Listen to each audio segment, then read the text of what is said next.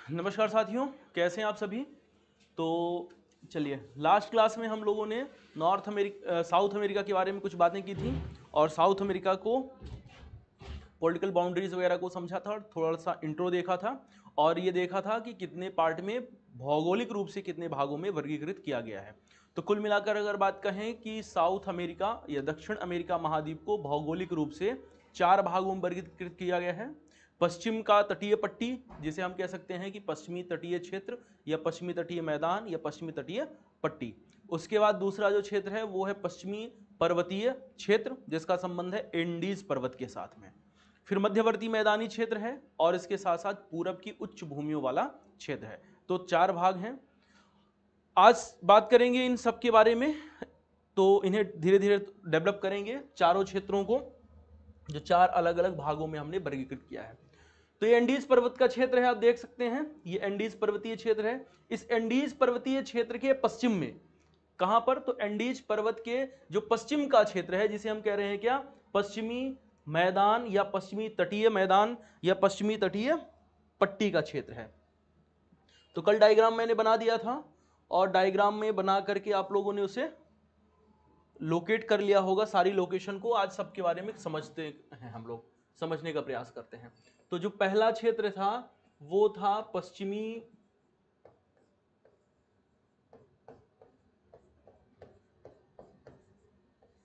तटीय पट्टी का क्षेत्र, इसे ही हम कह रहे हैं क्या, पश्चिमी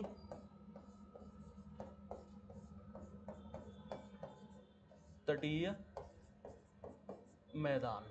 तो पश्चिमी तटीय पट्टी कहिए अथवा पश्चिमी तटीय मैदान कहते हैं, कुछ भी कह सकते हैं। तो ध्यान से देखिएगा, इस पश्चिमी तटीय पट्टी में या इस पश्चिमी तटीय मैदान वाला जो क्षेत्र है, इसका विस्तार कैसे है, तो हम कह सकते हैं कि महाद्वीप के पश्चिमी क्षेत्र में तट से संलग्न उत्तर से दक्षिण की ओर मैदान के रूप में इसका विस्तार हुआ है।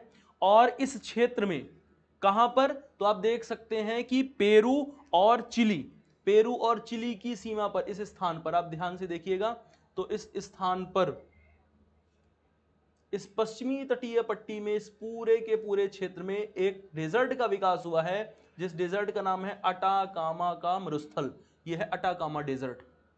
तो इस पश्चिमी तटीय पट्टी में या पश्चिमी तटीय मैदान में अटाकामा मरुस्थल का विकास हुआ है। ये देख सकते हैं आप अटाकामा मरुस्थल के बारे में। तो पश्चिमी तटीय जो पट्टी का क्षेत्र है, इस पश्चिमी तटीय पट्टी के क्षेत्र में क्या है, तो हम कहेंगे यहां पर विस्तारित है अटाकामा का मरुस्थल।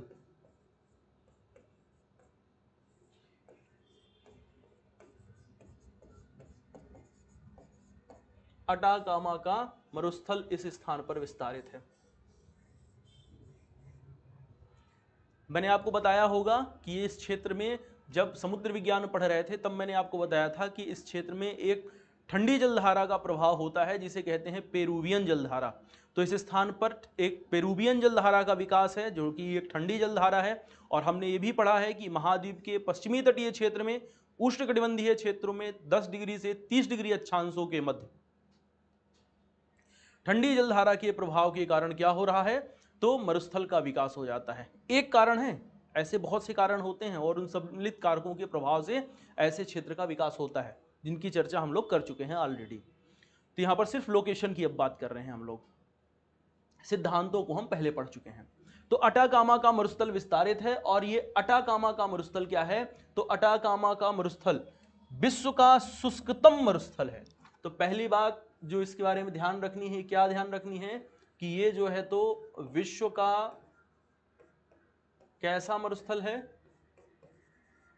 शुष्कतम मरुस्थल है।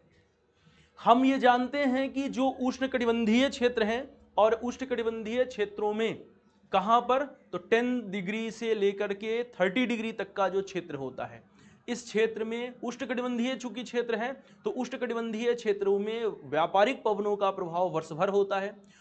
और अनुतट व्यापारिक पवनें, चूंकि व्यापारिक पवनें जो पूर्वी क्षेत्रों से प्रवेश करती हैं और पश्चिमी क्षेत्रों की ओर जाती हैं, पूर्वी क्षेत्रों से प्रवेश करने वाली व्यापारिक पवनें जब पश्चिमी क्षेत्रों की ओर पहुंचती हैं तो लगभग उनकी आर्द्रता समाप्त हो चुकी होती है, आर्द्रता में अत्यंत कमी आ जाती है और वर्षा नहीं कर पाती हैं।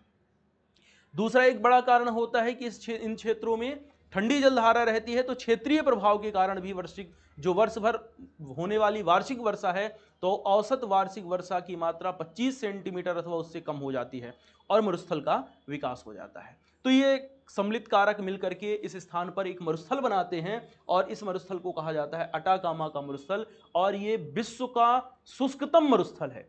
तो विश्व का शुष्कतम मरुस्थल है। विस्तार इस मरुस्थल का कहां है? तो इस मरुस्थल का विस्तार है पेरू, आप देखिएगा एटलस में, और पेरू है ये,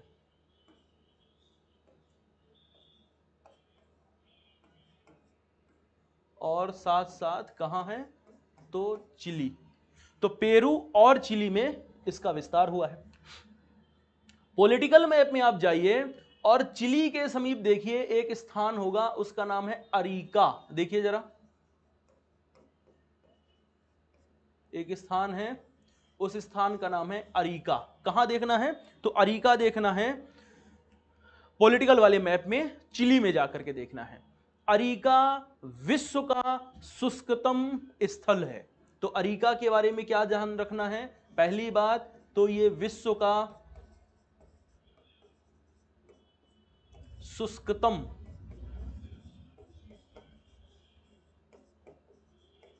स्थल है। दूसरी बात ध्यान रखना है, ये एक समय पर कलीचे के भंडार, एक समय ये कलीचे के भंडार की दृष्टि से विश्व प्रसिद्ध हुआ करता था। धीरे धीरे कलीचे का उत्खनन कर लिया गया है और अब इस स्थान पर क्या है? तो जनसंख्या की आबादी बहुत कम है, आबादी जो है का घनत्व बहुत कम है, जनसंख्या का घनत्व बहुत कम है, इसलिए इस शहर को घोस्ट टाउन भी कहा जाता है। किसे? तो ध्यान रहे कि जो अरिका है इसे अब कहा जाता है क्या? घोस्ट टाउन भी कहा जाता है। तो अब वर्तमान में इसे घोस्ट टाउन कहा जाता है। तो चिली में जाना है, कहां पर? अरिका में। अरिका कहां पर है? तो चिली देश में अटाकामा मरुस्थल के क्षेत्र में अवस्थित है, और अटाकामा मरुस्थलीय क्षेत्र में अवस्थित होने के कारण इस स्थान पर क्या है? तो हम कह रहे हैं कि यह कलीचे के भंडार के लिए प्रसिद्ध था। वर्तमान समय में अब उत्खनन हो गया है, जनसंख्या घनत्व यहां बहुत कम होता है, इसलिए इसे घोस्ट टाउन के रूप में भी मान्यता प्राप्त है, घोस्ट टाउन के रूप में भी इसे जानते हैं। ठीक, इस बात को ध्यान रखना है। तीसरी जो बात है इंपॉर्टेंट, वो क्या है कि अटाकामा का जो मरुस्थल है यह विश्व स्तर पर तांबे के भंडार के लिए विश्व प्रसिद्ध है। पोरफरी तांबा के यहां पर बृहद स्तर पर भंडार है। तो यह वैश्विक स्तर पर क्या है? तांबा का भंडार है यहां पर। तो वैश्विक स्तर पर तांबा का भंडार है और पोरफरी तांबे का भंडार है। आप जाइए पॉलिटिकल मैप में, और पॉलिटिकल मैप में देखिए इक्विक, और इक्विक के समीप एक जगह होगी चुक्की टमाटा, एक टाउन है।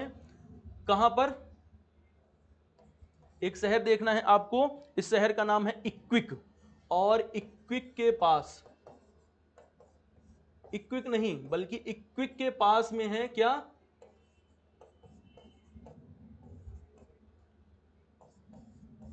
चुक्की टमाटा।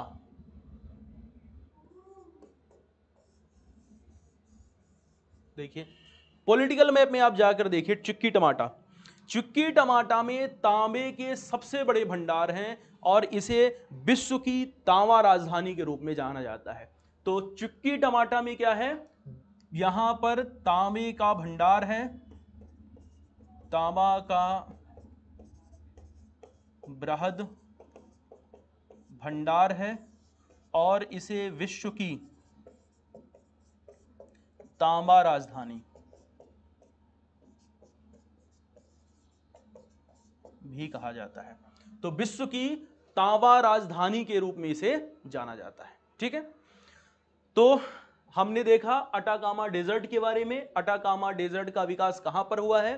तो दक्षिण अमेरिका महाद्वीप का पश्चिमी तटीय मैदानी क्षेत्र है, और उस पश्चिमी तटीय मैदानी क्षेत्र में पेरू और चिली की सीमा पर, पेरू और चिली के क्षेत्रों पर अटाकामा मरुस्थल का विकास हुआ है। इस स्थान पर पेरुवियन जलधारा, जो कि एक ठंडी जलधारा है, इस ठंडी जलधारा का वर्ष भर प्रभाव रहता है। लेकिन कभी कभी यहां पर ध्यान रहे, इसी स्थान पर उत्पत्ति होती है कौन सी जलधारा की, तो इसी स्थान पर एक प्रकार की कभी कभी विपरीत मौसमी दशाओं के कारण एक गर्म जलधारा उत्पत्ति होती है, जिसे एल नीनो जलधारा कहते हैं। वो क्लाइमेटोलॉजी में हमने इसे डिस्कस करना है, या डिस्कस किया होगा, या तो फिर आगे डिस्कस करेंगे। ठीक है, तो एल नीनो जलधारा की उत्पत्ति इसी स्थान पर होती है। ठीक, तो अटाकामा डेजर्ट और अटाकामा डेजर्ट के बारे में कुछ बातें ध्यान रखनी है कि यहां पर सबसे बड़ी बात क्या है कि विश्व का यह शुष्कतम मरुस्थल है, और शुष्कतम मरुस्थल होने के साथ साथ अरीका, चुक्की टमाटा ध्यान रखना है, तांबा के भंडार हैं, और तांबा के भंडार होने के साथ साथ इस स्थान पर नाइट्रेट के भंडार पाए जाते हैं। तो यहां पर वर्षा ना होना एक वरदान साबित हुआ। यहां पर क्या है, तो नाइट्रेट का भी भंडार है। तो विश्व स्तर पर नाइट्रेट के बृहद भंडार हैं इस स्थान पर। तो विश्व में सबसे बड़ा नाइट्रेट का भंडार इसी स्थान पर पाया जाता है। कहां पर, तो हम कह सकते हैं कि जो हमारा अटाकामा मरुस्थलीय क्षेत्र है, तो विश्व स्तर पर नाइट्रेट के भंडार हैं। ठीक, चलिए अब दूसरा पार्ट जो है डिस्कशन का, उसे डिस्कस करते हैं। और दूसरा पार्ट है कौन सा, पश्चिमी पर्वतीय क्षेत्र। और पश्चिमी पर्वतीय क्षेत्र का संबंध किससे है, तो हम जानते हैं कि एंडीज पर्वत के साथ इस पश्चिमी पर्वतीय क्षेत्र का भी संबंध है। एंडीज पर्वत यहां पर है, लेकिन है विस्तार कहां पर, उत्तर से लेकर के दक्षिण तक पूरे महाद्वीप में फैला हुआ है। तो सेकेंड पॉइंट लगाइए, और सेकेंड पॉइंट है हमारा क्या, पश्चिमी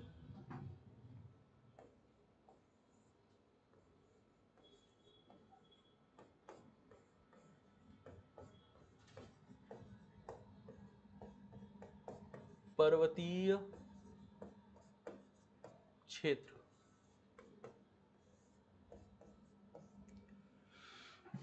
पश्चिमी पर्वतीय क्षेत्र, और इस पश्चिमी पर्वतीय क्षेत्र का संबंध किससे है, तो हम कह रहे हैं कि यहां पर है एंडीज पर्वत। एंडीज पर्वत है। एंडीज पर्वत के बारे में कुछ बातें, तो एंडीज पर्वत विश्व की सबसे लंबी पर्वत श्रृंखला है, और हिमालय के पश्चात विश्व की दूसरी सबसे ऊंची नवीन मोड़दार पर्वत श्रृंखला है। यह ध्यान रहे। पहली बात क्या है एंडीज पर्वत, तो एंडीज पर्वत है विश्व की सबसे लंबी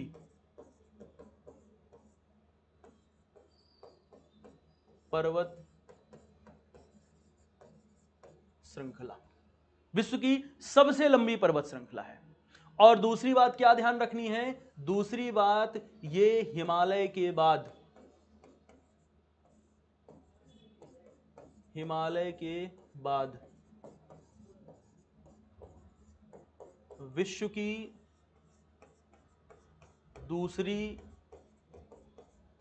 सबसे ऊंची नवीन मोड़दार पर्वत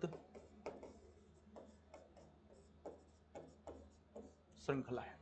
ठीक है, इसकी उत्पत्ति कैसे हुई, तो हमने जियोमॉर्फोलॉजी में प्लेट टेक्टोनिक सिद्धांत में यह पढ़ा है कि पैसिफिक प्लेट और दक्षिणी American plate, South American plate, इन दोनों प्लेटों के मध्य अभिसरण और टक्कर से जब इनका कोलिजन हुआ, तो इनके कन्वर्जन और कोलिजन के कारण संपीड़न बल की उत्पत्ति हुई, और संपीड़न बल की उत्पत्ति के कारण फोल्डिंग की प्रोसेस हुई, वलन की प्रक्रिया हुई, और इस वलन की प्रक्रिया के परिणाम स्वरूप इस पर्वत की उत्पत्ति हुई। तो इस पर्वत की उत्पत्ति कब हुई है, तो हम कह सकते हैं प्रशांत महासागरीय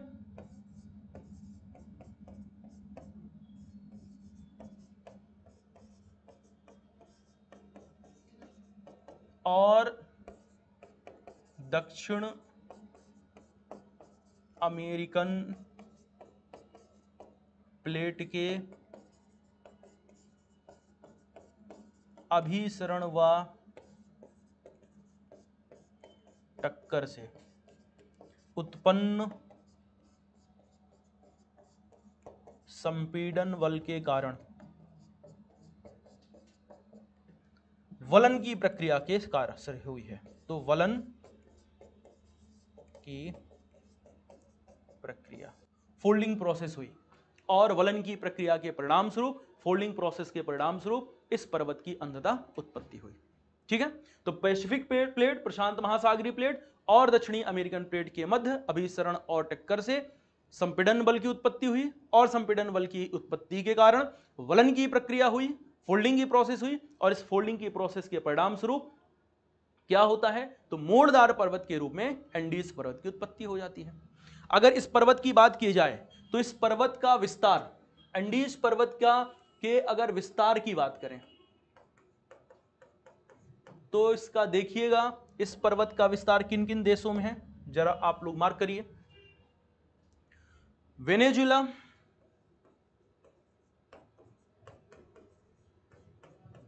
वेनेजुएला देखिए, वेनेजुएला। उसके बाद कहां पर है, तो कोलंबिया, मार्क करिए कोलंबिया को, साथ साथ एटलस रखना है। तो वेनेजुएला, कोलंबिया, कोलंबिया के बाद कहां पर है, तो इक्वाडोर, इक्वाडोर के बाद पेरू। तो वेनेजुएला, कोलंबिया, इक्वाडोर, पेरू। उसके बाद देखिएगा बोलीविया,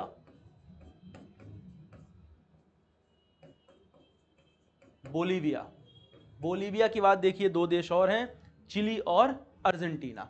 तो देखिए चिली और इसके साथ साथ कहां पर, अर्जेंटीना। ठीक है, इतने देश हैं जहां पर क्या हुआ है, इस एंडीज पर्वत का विस्तार है। Venezuela, Colombia, Ecuador, Peru, Bolivia, Chile और अर्जेंटीना, इन देशों में इस पर्वत का विस्तार है। अब जो एंडीज पर्वत है, इस एंडीज पर्वत की कुछ इंपॉर्टेंट पीक्स हैं। उन इंपॉर्टेंट पीक या हम कह सकते हैं कुछ महत्वपूर्ण पर्वत चोटियां हैं, उन पर्वत चोटियों के नाम बड़े इंपॉर्टेंट है, ध्यान रखने हैं क्योंकि एग्जाम में पूछ लेता है। तो एटलस में आइए और एटलस में पहुंचिए और देखिए माउंट एकांकागुआ, जल्दी से पहुंचिए। और एटलस में आपको देखना है क्या है, एक चोटी है, ये है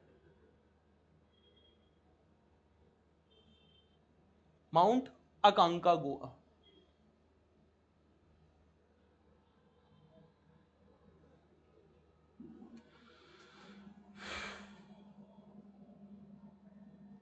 जयकांत,